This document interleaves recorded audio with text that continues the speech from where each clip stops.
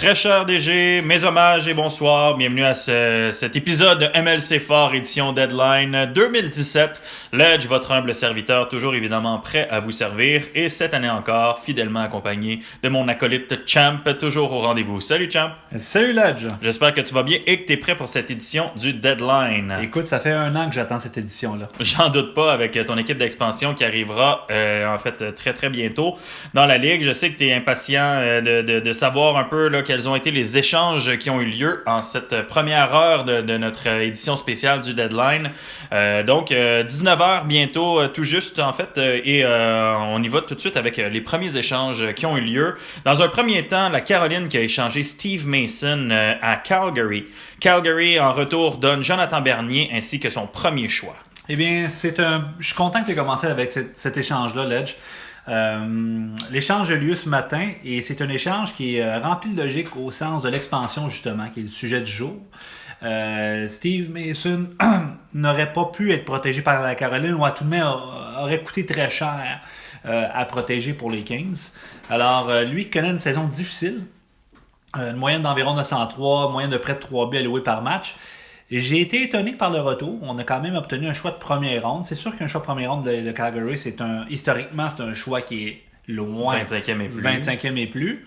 Il faut mentionner aussi quand même que Steve Mason est très bien coté cette année. Au-dessus de 80 pour la saison. C'est un bon point. Steve Mason pourrait aider. On a à Calgary Ryan Miller également comme gardien de but. Ryan Miller qui, cette année, avec les Canucks, performe quand même bien. Donc, ça va être un duo qui va être intéressant. Oui, Miller, voyez-vous, il y a 920 et 2,49 d'efficacité, mais c'est sûr que Ryan Miller, c'est un gardien de but de 36 ans. Mm-hmm. C'est pas la même chose. Donc, Steve Mason est l'avenir en Caroline, à Calgary plutôt. Le temps, je pense que c'est un gardien de transition parfait. Le temps que, là, je m'excuse, je ne prononce pas bien son nom, mais le gardien de but de Winnipeg, Hellerbuck. Oui. Alors, Connor Hellerbuck, qui pourrait bien faire là-bas, mais cette année, il a eu un peu de difficulté.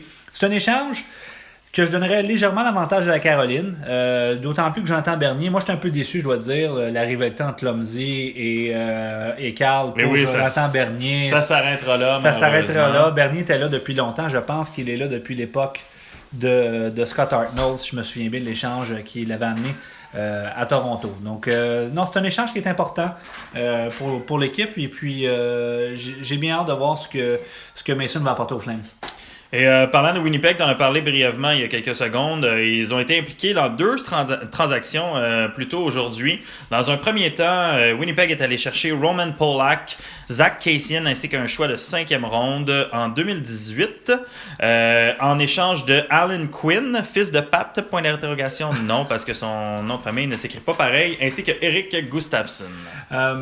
Moi, c'est un échange que j'aime beaucoup du côté de Winnipeg.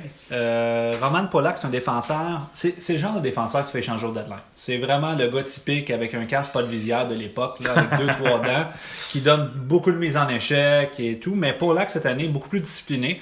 Donc ça devrait aider pour ses recotes. Plus de 80 de défensive. Donc pour Winnipeg, je pense que c'est un défenseur qui pourra vraiment aider dans l'obtention, dans la course pour l'obtention du trophée Stanley. Et Kassian, c'est un joueur de profondeur. Il fait quand même relativement bien à Edmonton.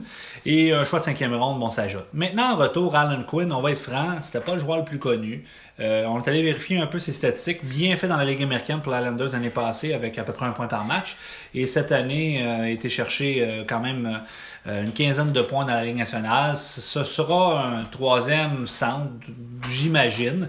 Il faudra voir le potentiel. Et Eric Gustafsson, moi, c'est un défenseur qui m'a déçu. Quand même bien fait que Chicago l'an dernier, ce qui fait qu'il a 74 de passing. Mais je joue dans la Ligue américaine cette année. Et honnêtement, Chicago, c'est pas une équipe qui a excessivement de profondeur en défensive. C'est quand même correct. Là. Non, c'est ça. Ils ont des gros canons, mais ils n'ont pas nécessairement une équipe qui mise sur la profondeur. Donc, qu'ils ne fassent pas l'équipe cette année, je trouve ça un peu décevant. Donc, je dirais que de ce côté-là, moi, je donne l'avantage à Winnipeg pour cette transaction. Et leur deuxième transaction implique son homologue de Boston. Ils sont allés chercher en fait Brooks Leach ainsi qu'un choix de 6e ronde, 2018 toujours. Et en échange, Winnipeg donne son 4e choix. Oui, c'est un échange honnêtement de profondeur. Brooksy, c'est un vétéran. C'est encore là le gars du trade deadline classique. C'est plus le même joueur qu'il était. Il a même essayé de faire l'équipe des Maple Leafs à nouveau. Ça n'a pas tellement fonctionné. Donc, dans son cas, c'est son dernier tour, je dirais, dans la Money League. Alors, d'avoir été cherché pour la différence entre un 4e et un 6e choix, je pense que c'est un prix qui est valable. D'autant plus ça lui permet d'avoir un joueur au-dessus de 70 de défensive là, pour le reste, pour le dernier droit, en fait. Donc, c'est un échange qui pourrait légèrement aider Winnipeg. C'est un échange qui est très, disons, sans saveur ni odeur, là. Quatrième échange de la journée impliquait encore une fois les Hurricanes de la Caroline ainsi que les Penguins de Pittsburgh, deux équipes qui ont été actives aujourd'hui. Calvin DeHaan, un choix de 5e ronde en 2018 et un choix de 7e ronde en 2017, quitte la Caroline. En retour, Pittsburgh cède le premier choix Tampa Bay en 2017, Dalton Prout, ainsi que Brendan Tanev. Je pense que tu as mal prononcé le nom de Prout, il s'agit de Prout. Oui, Dalton Prout. Oui, c'est Dalton Prout, comme on le sait. Oui. Encore là, un échange intéressant. Les Hurricanes à Caroline, qui cette année, on va dire, là, je pense pas que ça te dérange tant que ça, mais performent pas à la hauteur de leur talent. Oh. Oui, je sais. Très dommage. Glande lacrymale qui se remplit au coin de mon œil. Donc, l'équipe est actuellement hors des séries par un maigre point, mais tout de même, l'an dernier devait être en série par 30 points d'avance à ce moment-là. Donc, vraiment un scénario qui est différent. Donc, avec ce résultat-là, et si on rajoute à plus de ça l'expansion qui arrive, ben c'est un mix qui est assez évident. On échange des joueurs qui ne seraient pas nécessairement protégés. Dans le cas de DeHaan, c'est un défenseur qui est quand même bien utilisé à Long Island.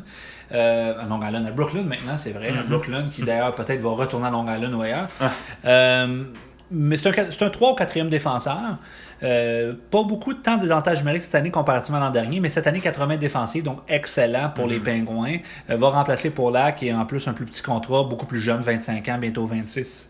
Alors, 2 choix de repêchage qui viennent avec ça. Mais moi, ce que j'ai été un peu déçu, et là peut-être que nous ne va pas beaucoup m'aimer avec ces commentaires-là, mais c'est qu'il n'y a pas vraiment eu de rabais dans cet échange-là. C'est pas... Calvin DeHaan a beaucoup de tirs bloqués. On en parlait avec notre recherchiste de la Floride. Donc, il y a beaucoup de tirs bloqués. Donc, c'est excellent pour sa cote défensive. Mais un choix de première ronde, plus un Dalton Prout, qui est quand même un défenseur qui joue à Columbus, qui est fiable, 5-6e défenseur sans plus, mais quand même.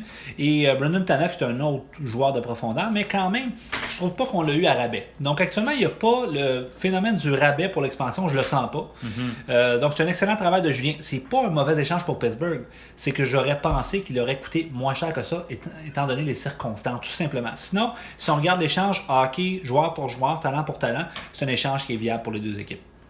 La Caroline, dans un autre échange, un 3e pour lui aujourd'hui, est allé chercher le vétéran défenseur John Michael Lyles de Nashville en retour d'un choix de 5e ronde en 2017. Ben, ça, c'est un échange que j'aime bien. La Caroline joue ici la carte un petit peu de la double stratégie, c'est-à-dire de limiter les dégâts au niveau de l'expansion, mais quand même en tentant de rester compétitif.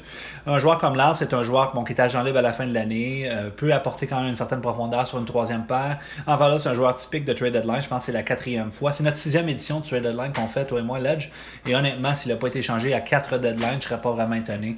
Donc là, c'est un défenseur quand même avec 72 de def, 74 de passing, un contrat d'1 an, donc à long terme, ça fait aucunement mal à l'équipe. Contre un choix de 5e ronde, je pense que c'était sa valeur. Donc moi, pour les Hurricanes, j'aime beaucoup la transaction. Pour Nashville, je pense qu'on a tout simplement été chercher sa valeur.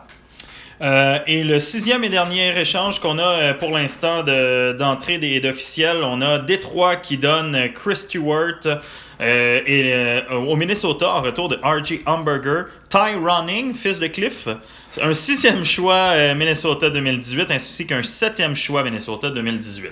Ben, un échange qui est bien pour Pascal, parce que Pascal, là, probablement, j'allais dire le mot asset, mais il y a une richesse que beaucoup de DG n'ont pas, c'est-à-dire beaucoup de place sur sa masse salariale. Donc, on peut se permettre de prendre un joueur comme un R.J. Hamburger qui, à ce stade-ci de sa carrière, malheureusement, est tout simplement un boulet.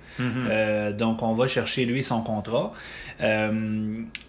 Chris Stewart, c'est un joueur qui a marqué 30 buts, pratiquement 28 buts à une de ses premières saisons. Donc, il avait éclaté depuis ce temps-là beaucoup de problèmes par rapport à la discipline. Et quand je dis discipline, je parle pas juste de la discipline sur la glace. La glace, hors glace. Ouais, la discipline du doublement, du double cheese et tout ça, lui, il connaît bien ça. Donc, c'est un joueur qui est pas très fiable. Par contre, un talent inné pour marquer des buts. Cette année, 10 buts en 48 matchs. C'est sûr que On voit il ralentit à 29 ans, c'est peut-être plus le même joueur. Mais contre un joueur comme Tyrone Link, qui est un joueur repêché en 7e ronde l'année passée, 41 points, 47 matchs, n'a même pas un point par match à 19 ans dans la WHL. Donc, c'est pas nécessairement une future vedette. Un choix de 6 et de 7. Honnêtement, moi, je pense que bonne transaction pour Minnesota, puis c'est correct aussi pour Détroit. Là. C'est un échange qui ne passera pas à l'histoire, mais pour Minnesota, aller chercher la profondeur pour pas trop cher, je pense que ça fait beaucoup de sens. Donc, cher DG, c'était le premier segment de votre émission spéciale de MLC Fort, édition Deadline. N'hésitez pas à continuer de nous feeder, si vous me permettez l'expression chinoise, à travers les textos, à travers les emails, quoi que ce soit. Si vous avez des rumeurs, si vous avez également des échanges qui se concrétisent, etc., n'hésitez pas à nous en faire part et envoyer ça sur le courriel de la Ligue, en vous rappelant toutefois de ne pas publier sur le forum tout de suite vos échanges. Tout sera officiel seulement qu'à compter de 22h ce soir. De cette façon-là, on se permet de pouvoir avoir quelques nouvelles un petit peu plus croustillantes pour vous. Alors, bon deadline, cher DG.